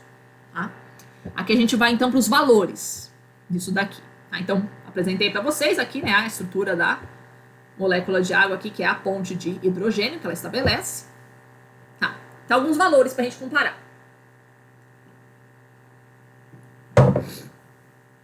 Algumas propriedades térmicas da água. Calor específico sensível da água em estado líquido. O que é calor específico sensível, professora? Quantidade de energia necessária para fazer 1 grama dessa substância aumentar em 1 grau Celsius a sua temperatura. Então, no caso da água, é 4,18 joules por grama grau Celsius, ou seja, para eu elevar a temperatura de 1 grama de água em 1 grau Celsius, eu preciso de 4,18 joules ou 1 caloria. Aliás, essa é a definição de caloria, né? Uma caloria é a quantidade de energia necessária para elevar em 1 grau Celsius, mais precisamente de 14,5 para 15,5, mas não precisa ser tão preciosista assim, né? É a quantidade de energia para elevar de 1 grau Celsius 1 grama de água. Esse é o segundo maior calor específico que existe na natureza. Só perde para amônia, porque a amônia faz 3 pontos de hidrogênio. Lembra? A amônia é NH3. Tá? Ou seja, é um calor específico muito alto. O que isso significa? Que a água precisa absorver muita energia para ela poder se aquecer. Ou vice-versa, perder energia para poder resfriar. Ou seja, não é fácil aquecer água e não é fácil resfriá-la. Se você for comparar com outras substâncias, com álcool, com éter, qualquer coisa nesse sentido. Tá? Então, e principalmente se você for comparar o tamanho da molécula, né? Isso também tem relação com o tamanho da molécula. Então, uma molécula muito pequenininha, cara, como pode, né? Uma molécula tão pequenininha, ela absorver tanta energia? Sim, ela absorve muito. Tá? Então, o que isso garante para os ambientes? Tá? Então, a água demora muito para aquecer, ela tem muita dificuldade para aquecer e tem muita dificuldade para resfriar também. Ou seja, nos ambientes onde houver água, tá? Vai ter mais dificuldade de ter variação de temperatura. Tá? Então, não vai esquentar tanto, nem vai esfriar tanto. Então, o dia não é tão quente e a noite não é tão fria. O verão não é tão quente e o inverno não é tão frio. Professor, então é por isso que os desertos ficam quentes durante o dia e frios durante a noite? Exatamente. Tá? Desertos não tem água, ou muito pouco, né? Então, bate o sol desgramado o dia inteiro, né? O sol vai aquecer o ar propriamente dito. Tá? Se tivesse água no ambiente do deserto, seria a água dos lagos, da atmosfera que ia absorver isso. E aí você não sentiria tanto calor. Agora, a hora que o sol baixa, aí a temperatura despenca. Porque, tipo, se tivesse tido água absorvendo durante o dia essa energia, aí ela ia liberar aos pouquinhos, né? Bem lentamente a energia ao longo da noite, tá? Como não teve isso durante o dia, essa água absorvendo energia durante o dia, então não tem quem te aqueça durante a noite. Tá? Isso faz então que a temperatura despenca no deserto, por isso que você tem essa amplitude térmica tão grande no deserto. Então, onde tem água, tem essa propriedade que nós chamamos de homeotermia, essa manutenção mais ou menos constante da quantidade, dos valores de temperatura, né, da quantidade de energia que está disponível no ambiente. Seja um ambiente ou seja um ser vivo. Tá? Seres vivos que são baseados, né, todos nós somos baseados em água, né? Então, felizmente, os seres vivos aí são feitos de água, né? Garante minimamente a manutenção da temperatura. Mesmo para os animais de sangue frio. Mesmo os animais de sangue frio, eles não têm uma variação assim tão grande assim da temperatura corporal deles quando eles estão no sol, quando eles estão na sombra. Tá? Porque eles são feitos de água, né? Então isso garante mais ou menos essa manutenção de temperatura. Então essa é uma propriedade da água. Outro valor, calor latente de fusão. O que era calor latente de fusão, professor? Energia necessária para derreter 1 grama de gelo. Tá? Lembram, durante as mudanças de estado, a temperatura permanece constante. Tá? Então, para derreter gelo, eu preciso de 80 calorias para cada grama de gelo. Tá? Bicho, se para elevar a temperatura da água eu preciso de 1 caloria, para derreter 1 grama de gelo eu preciso de 80. O que isso significa? De novo, só perde para amônia. O que isso significa? Derreter gelo não é um negócio simples. Tá? O derretimento do gelo realmente precisa de muita energia. Tá? Tinha um amigo meu que ele fazia missão na Antártida, missão militar. Ele falava, cara, a Antártida é o local da Terra que tem mais água doce, né? 60% da água doce do planeta tá na Antártida, mas você morre de sede na Antártida. É possível, porque, tipo, como é que você vai derreter essa água, cara? Aquele frio do inferno. Tá? Precisa de muito querosene, muito diesel ali pra você conseguir, né, colocar o gerador ali pra funcionar. Então, tipo, o inverno na Antártida, cara, não tem água líquida em lugar nenhum, assim, nada. Tá? Então é muito difícil a gente derreter o gelo. E por fim, o calor latente de evaporação, que é 540 calorias por grama. Ó, 1 caloria para poder esquentar 1 grama de água, 80 calorias para derreter 1 grama de gelo, 540 calorias para evaporar 1 grama de água. É o maior calor específico latente de evaporação que existe na natureza. Tá? O que isso significa? Essa mudança de estado da água, do estado líquido para o gasoso, ela consome uma quantidade colossal de energia. E não tem nenhuma substância na natureza que consiga fazer coisa semelhante. É o maior calor específico latente de evaporação que existe na natureza. Tá? Ou seja, quando a nuvem quando vai evaporar a água para formar as nuvens, cara, isso remove muita energia aqui da superfície, né? Então até aqui a superfície a água vai evaporando, vai sugando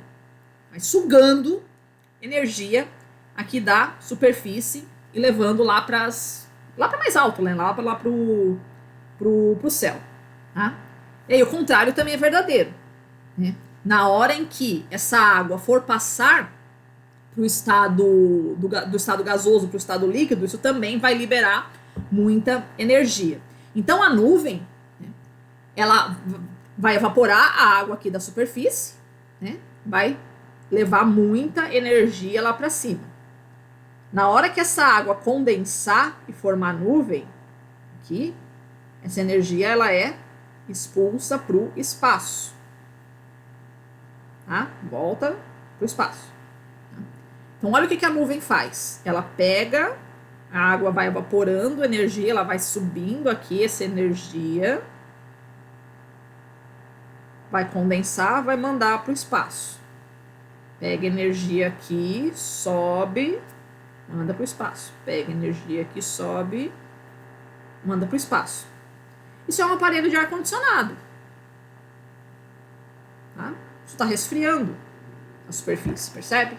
Então a evaporação das massas de água que a gente tem aqui na nossa superfície, elas são de longe, cara, o grande governador na regulação térmica do planeta. Eu vou removendo esse excedente de energia que eu tenho aqui e vou levando lá para cima, tá? Aquece a água, ela evapora, quando chega ali em cima ela condensa, essa energia vai embora pro espaço, tá?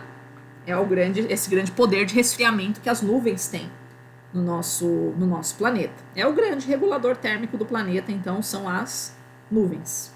Tá? Aqui a gente tem uma figurinha, para vocês terem uma noção, né, comparando aqui o poder da água em termos de absorção de energia. Tá? Eu tenho aqui os diferentes gases, alguns dos diferentes gases que a gente tem na nossa atmosfera. Tá? O pico de emissão da radiação do Sol, né, e a radiação terrestre. E esses diferentes gases que eu tenho na nossa atmosfera, então, óxido nitroso, oxigênio e ozônio, dióxido de carbono, água e o total da nossa atmosfera. Tá? Como é que a gente interpreta isso daqui? Tá? Quanto mais alta essas ondinhas aqui, mais este gás absorve energia neste comprimento de onda. Perfeito? Então vamos pegar aqui um exemplo fácil da gente visualizar. Oxigênio e ozônio. Vocês que foram bons alunos da aula passada, vocês se recordam, oxigênio e ozônio, eles absorvem quem? Ultravioleta. Tá? Esse é o comprimento de onda preferencial deles. Então tá aqui, ó, tá correspondendo. Entenderam como é que a gente interpreta a figura? Então tá muito alto aqui, em qual comprimento de onda aqui, ó? A gente tem ultravioleta, visível, infravermelho. Então oxigênio e ozônio, ele absorve muito no ultravioleta. Por isso que tá sombreadinho aqui, por isso que tá alta aqui a curvinha. Os outros comprimentos de onda, muito pouco, percebe? Para o oxigênio e para o ozônio. Então, o comprimento de onda que eles efetivamente são efetivos é o ultravioleta. Para os outros comprimentos, eles não absorvem quase nada. Um pouquinho aqui, né? É só. O resto não absorve mais quase nada. Perfeito? Olha a água.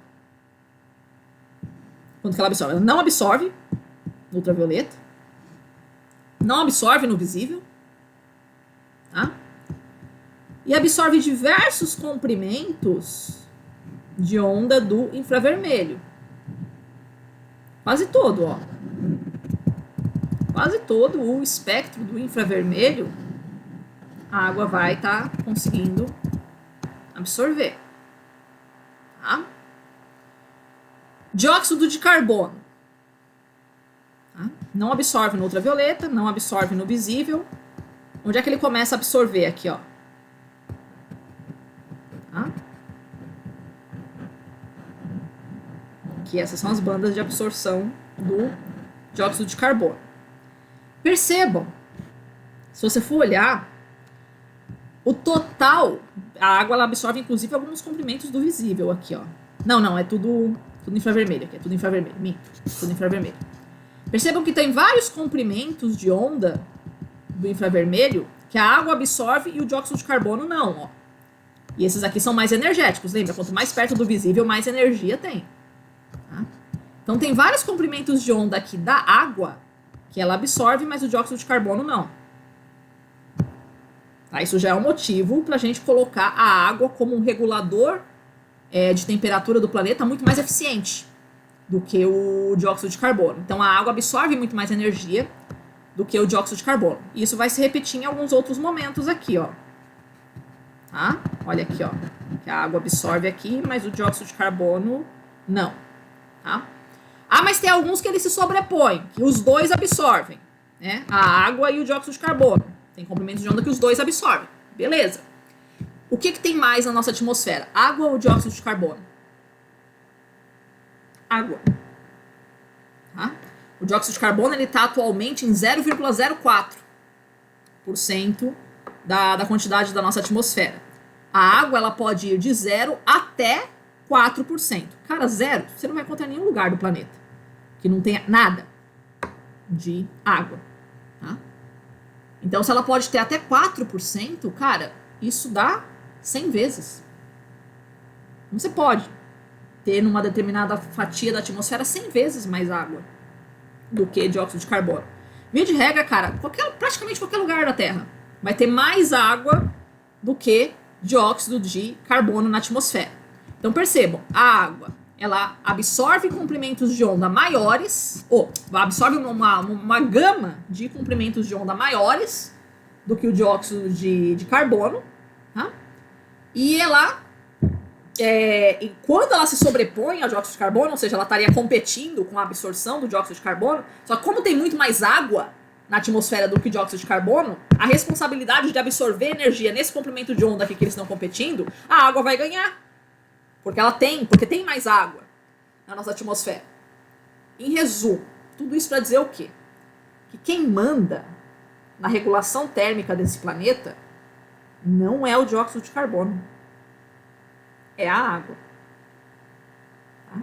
Professora, mas eu vi no Fantástico. Não interessa o que você viu no Fantástico. Contra fatos, não há argumentos. Tá? Quem manda aqui nesse planeta é a água. Não é o dióxido de carbono. Tá? Então a água apresenta-se na atmosfera em quantidade muito maior do que o dióxido de carbono. A água apresenta bandas de absorção de energia mais amplas e sobrepostas às do dióxido de carbono. E outra questão importante também, a água é desigualmente distribuída na atmosfera. O dióxido de carbono não, ele é homogêneo. Tá? A água está desigualmente distribuída na atmosfera, ou seja, ela tem uma capacidade de viajar pelo planeta, transportando energia muito maior do que o dióxido de carbono. Então sai água daqui para cá, sai água a água vai viajando muito pelo nosso planeta. O dióxido de carbono não precisa viajar, ele já é espalhado. Tá? Então, por tudo isso, o que a gente conclui? Que o controle climático exercido pela água, principalmente a água em estado de vapor e as suas passagens aí de estado gasoso para o líquido e vice-versa, elas aqui vão exercer esse grande controle climático aí do planeta. Tá? Ela que vai absorver energia. Tá? Não é o dióxido de carbono o grande absorvedor de energia do planeta. Quem faz o efeito estufa do planeta não é dióxido de carbono. É água. Tá?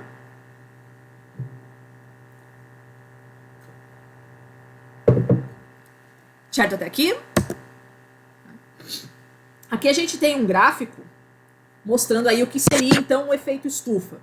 Tá? Então, em linhas gerais, a gente teria aqui as diferentes interações que a energia tem com as diferentes superfícies e elementos da atmosfera no nosso planeta. É aquele mesmo gráfico que a gente tinha visto antes, só que um pouco mais complexo. E aí, foca nesse pedacinho aqui, nessa quantidade de radiação refletida, ou seja, se a Terra ela deveria emitir para o espaço a mesma quantidade de energia que ela reflete, ou que ela absorve. Ela está em equilíbrio. Né? Mas isso não acontece. Tem uma parte da energia que deveria ir para o espaço que ela não vai.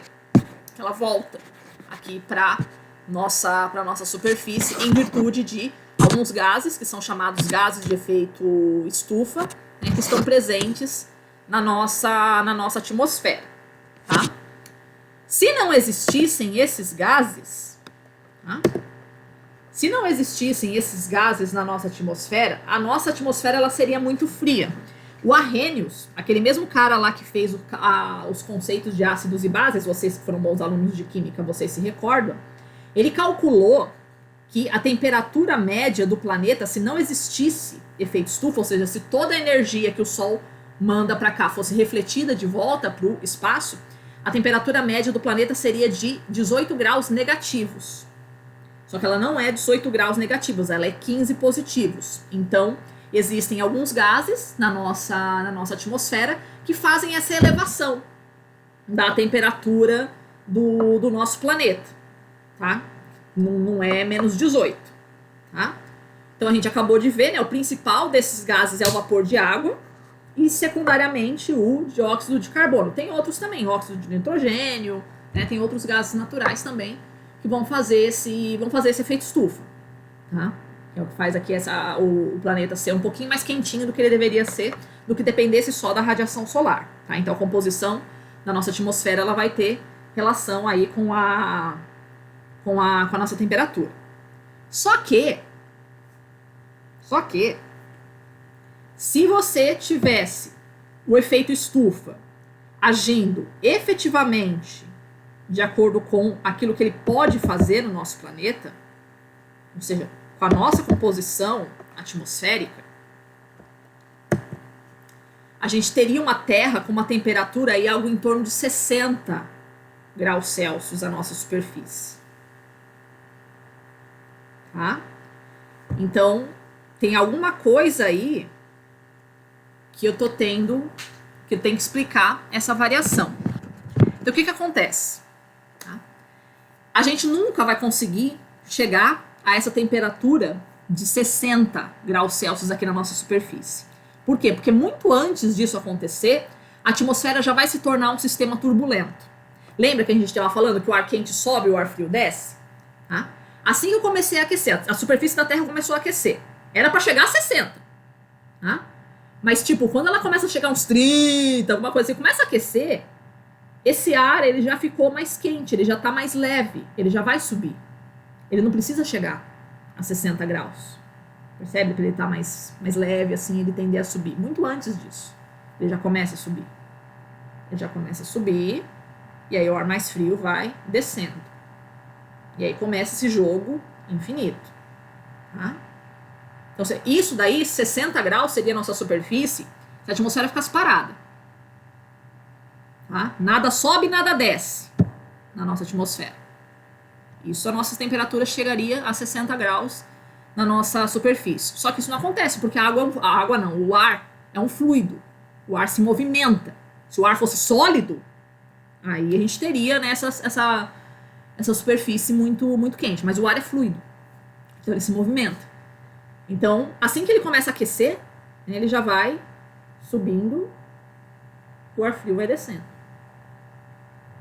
E esse ar quente que vai subindo, vai mandando energia para o espaço. Então, esse próprio movimento, né, não é só a evaporação de água, o próprio movimento da atmosfera já vai ajudando para que essa energia vá, em última instância, escapando para o espaço. Tá? O tempo todo ela está fazendo isso.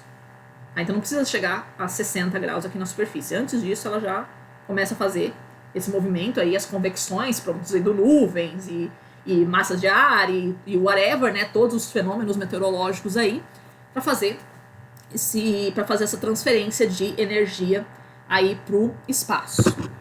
Tá?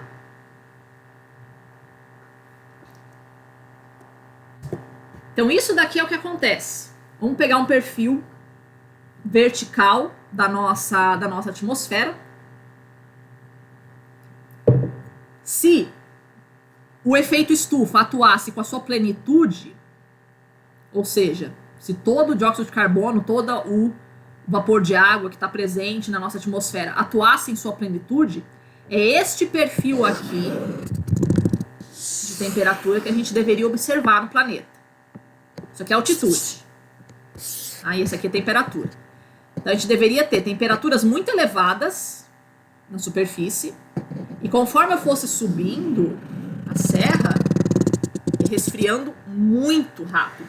Professora, mas quando a gente sobe a serra, esfria. Sim, mas eu tô falando que esse processo deveria ser muito mais rápido. Tipo, eu subi poucos metros, eu já tô congelando.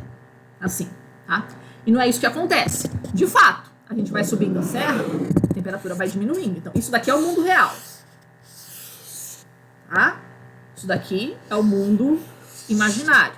Como ele deveria ser se não houvesse os fenômenos meteorológicos, se não tivesse nuvens, se não tivesse toda a convecção, né, todo o movimento da atmosfera. Tá? Então eu teria uma concentração de energia muito maior aqui na superfície, tá?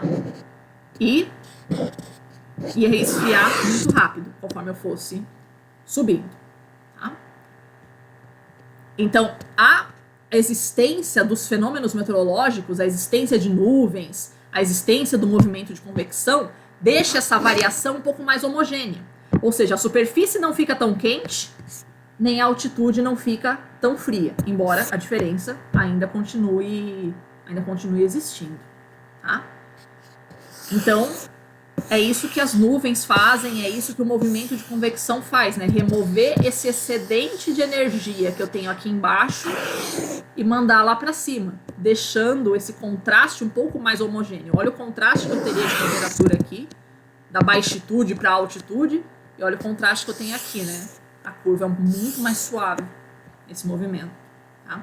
Então é isso que a água faz, ela transporta energia pelo planeta, ela vai remover energia que está aqui, né? O movimento de convecção, a evaporação que acontece dos oceanos, tá? Vai removendo esse excedente de energia que eu tenho aqui embaixo, vai levando lá para cima, que em última instância vai ser disperso isso daí para o espaço.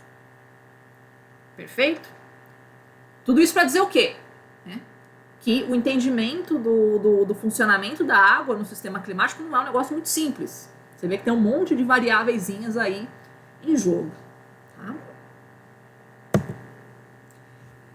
E agora um questionamento que a gente pode fazer também com relação à questão do efeito estufa.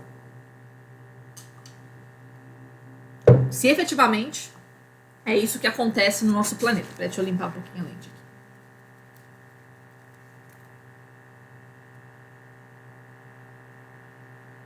Tá.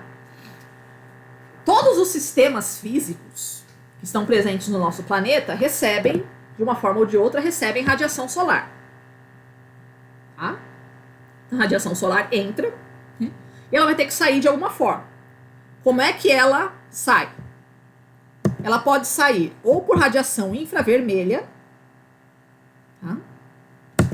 Ou por aquilo que a gente chama de dinâmica de fluidos, ou seja, aqui é os diferentes componentes que você tiver na atmosfera ou em qualquer corpo material, né? Ele vai liberar energia, você tá liberando energia, todos os corpos materiais estão liberando energia, tá?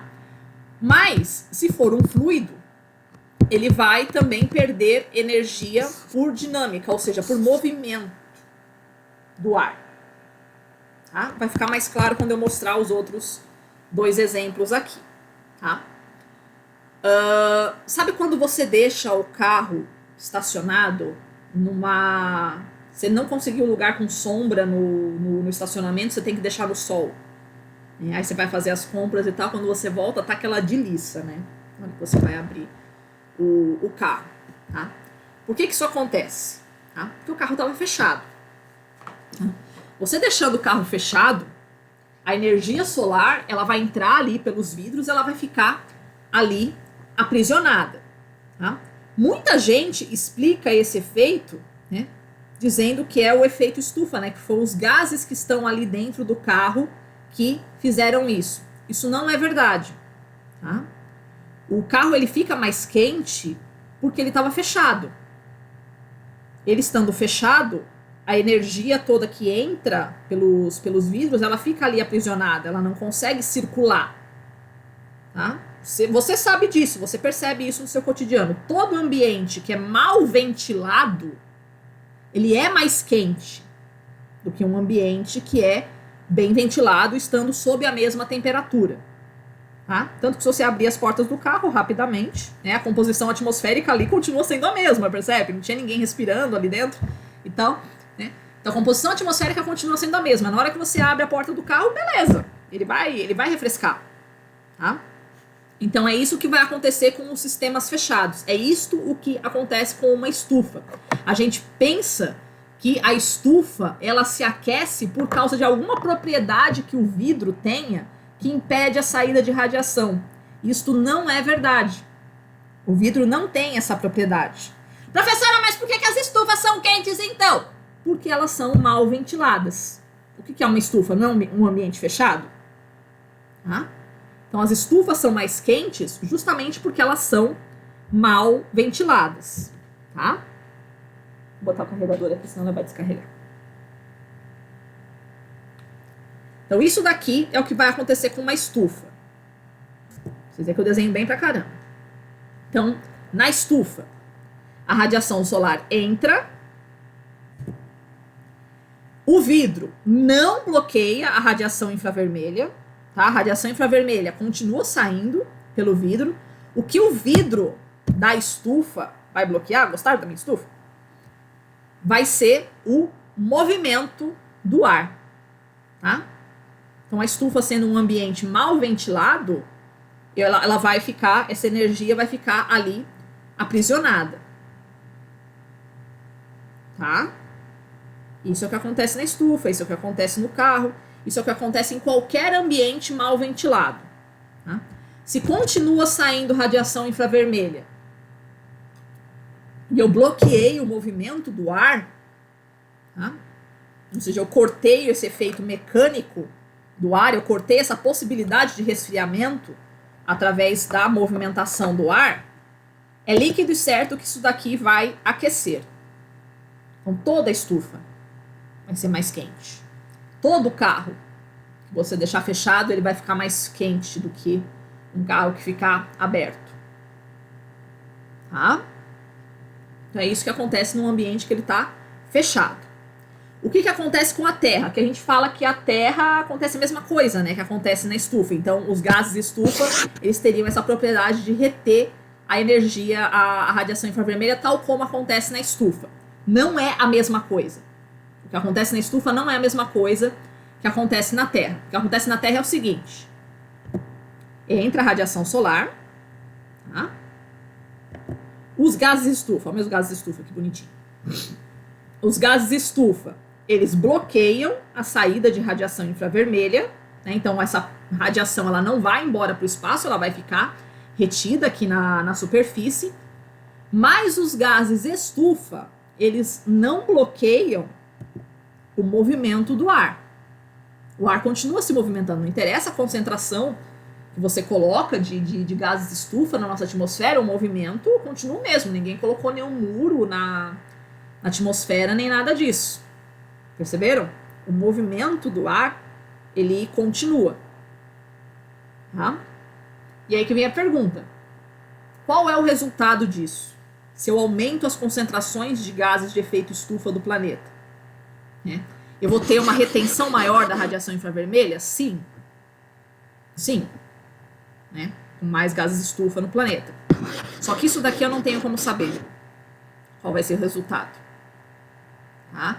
Por quê? Porque esse movimento aqui, ele continua mesmo, continua tendo frente fria, continua tendo a circulação oceânica, continua tendo vento, tudo. O movimento da atmosfera, ele continua o mesmo, ele não é bloqueado, percebe? Aqui na estufa, você bloqueia o movimento do ar, você bloqueou o vento, tá? Por isso que você fica com energia aprisionada, né? Aquele ar que está mais quente, ele não é trocado com o ambiente, então ele fica aqui aprisionado.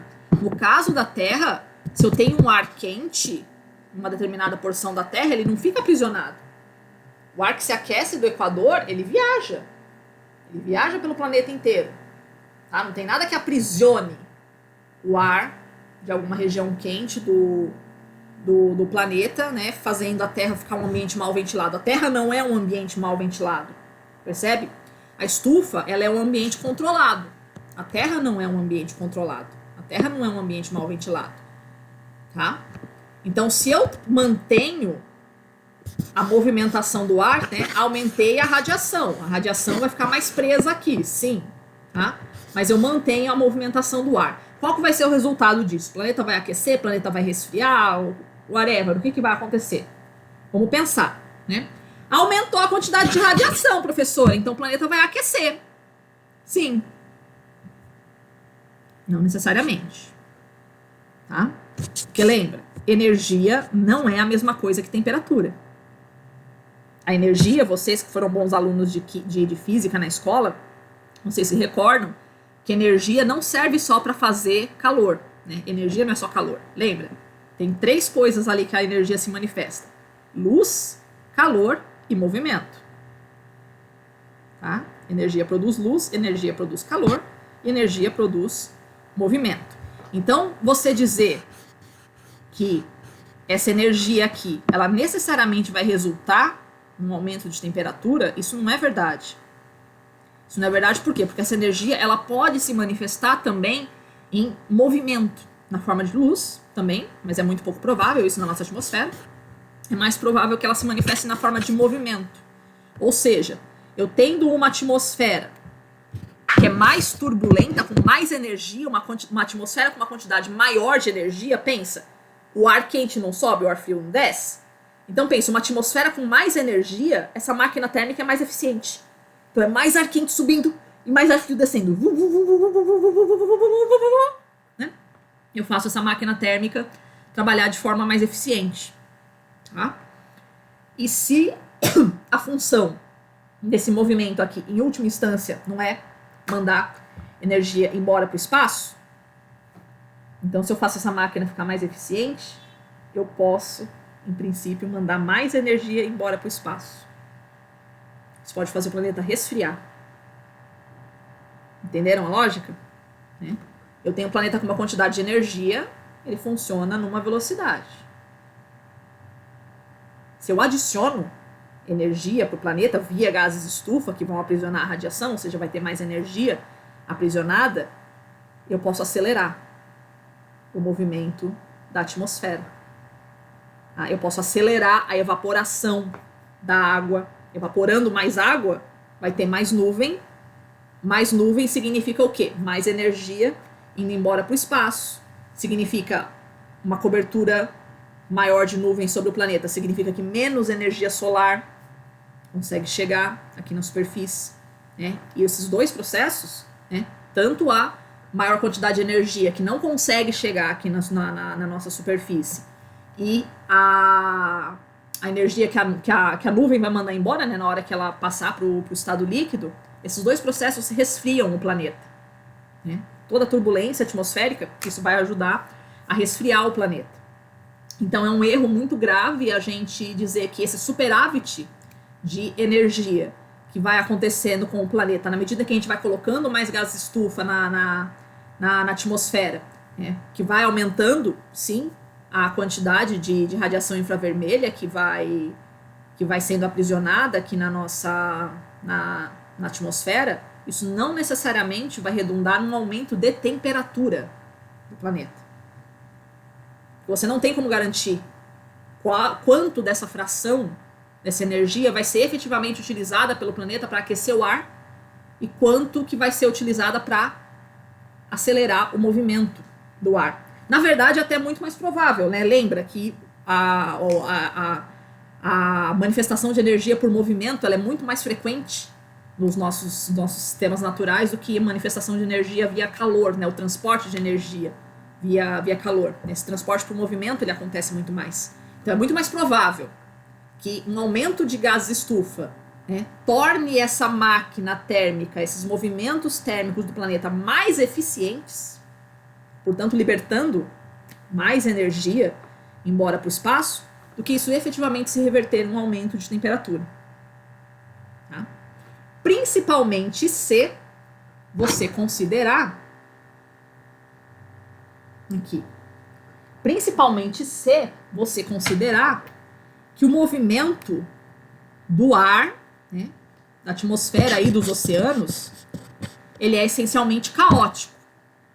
Não sei se você sabe alguma coisa de teoria do caos. Como é que chama? Tem um filme que mostra isso, meu Deus. Como é que é o nome do filme? Efeito Borboleta? Não. Cara, aquele filme que a menina morre. Era isso? Que o cara vai o tempo todo voltando pro passado e toda hora ele... É efeito borboleta.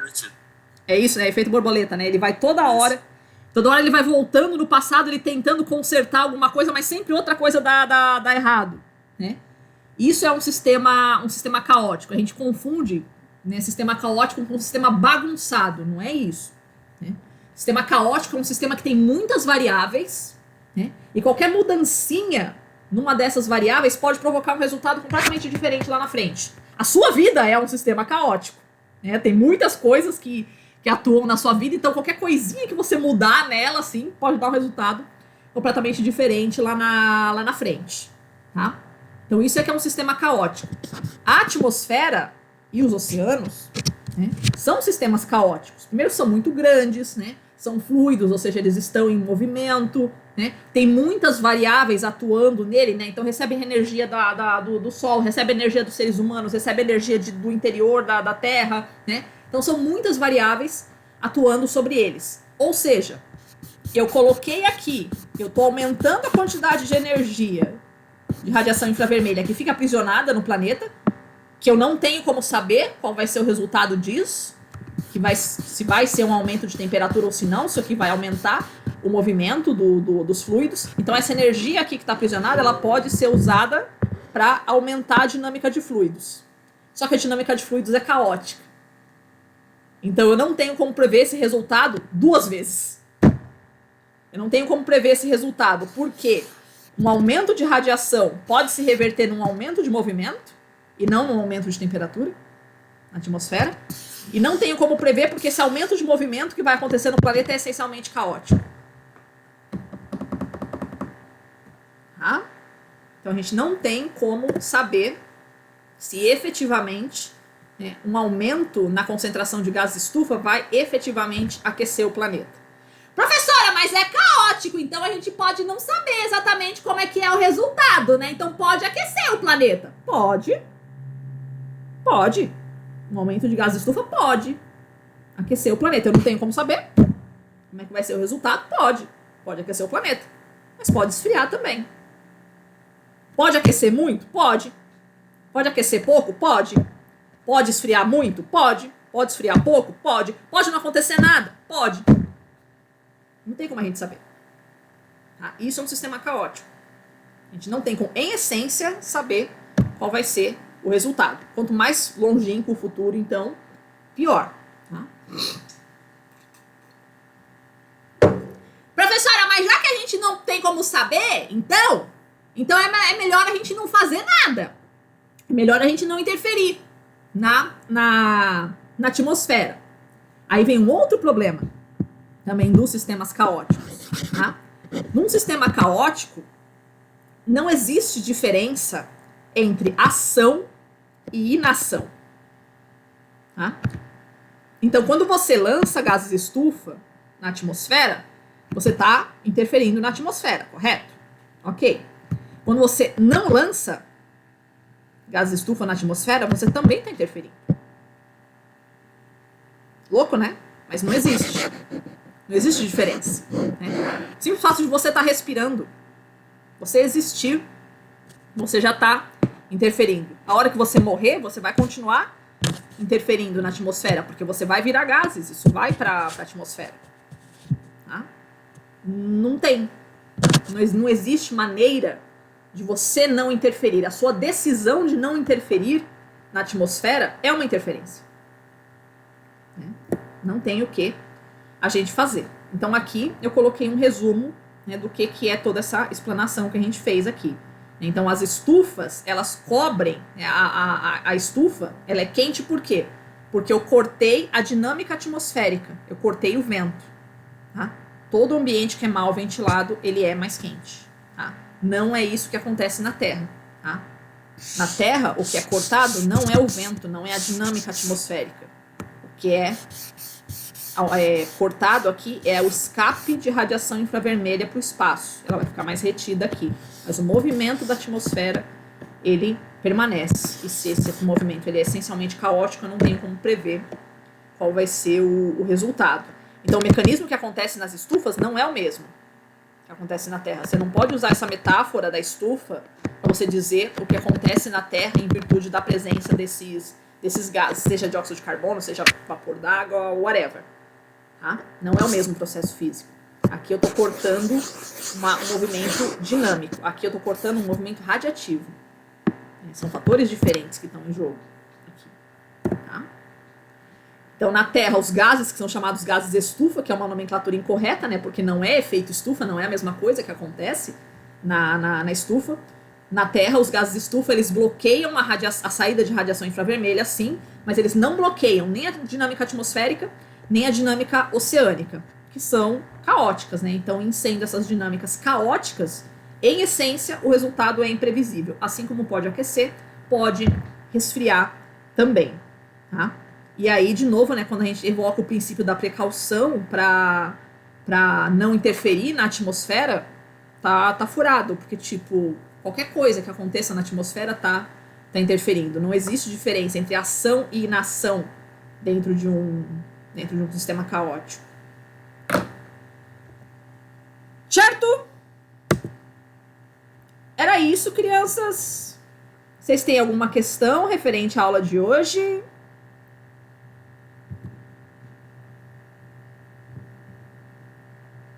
De buenas?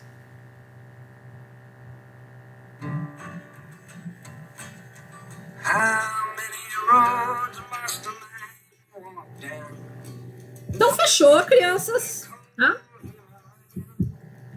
Agradeço, então, a presença de vocês, tá? Ficou um pouquinho atrapalhado aqui por conta da internet caindo, mas a gravação vai tá disponível no YouTube se vocês precisarem consultar isso novamente, tá? Obrigada pela presença de vocês, crianças. Boa noite, se cuidem e usem máscara sempre, tá? Não esquece. Em té, crianças. Valeu, valeu. Tchau, tchau, boa noite.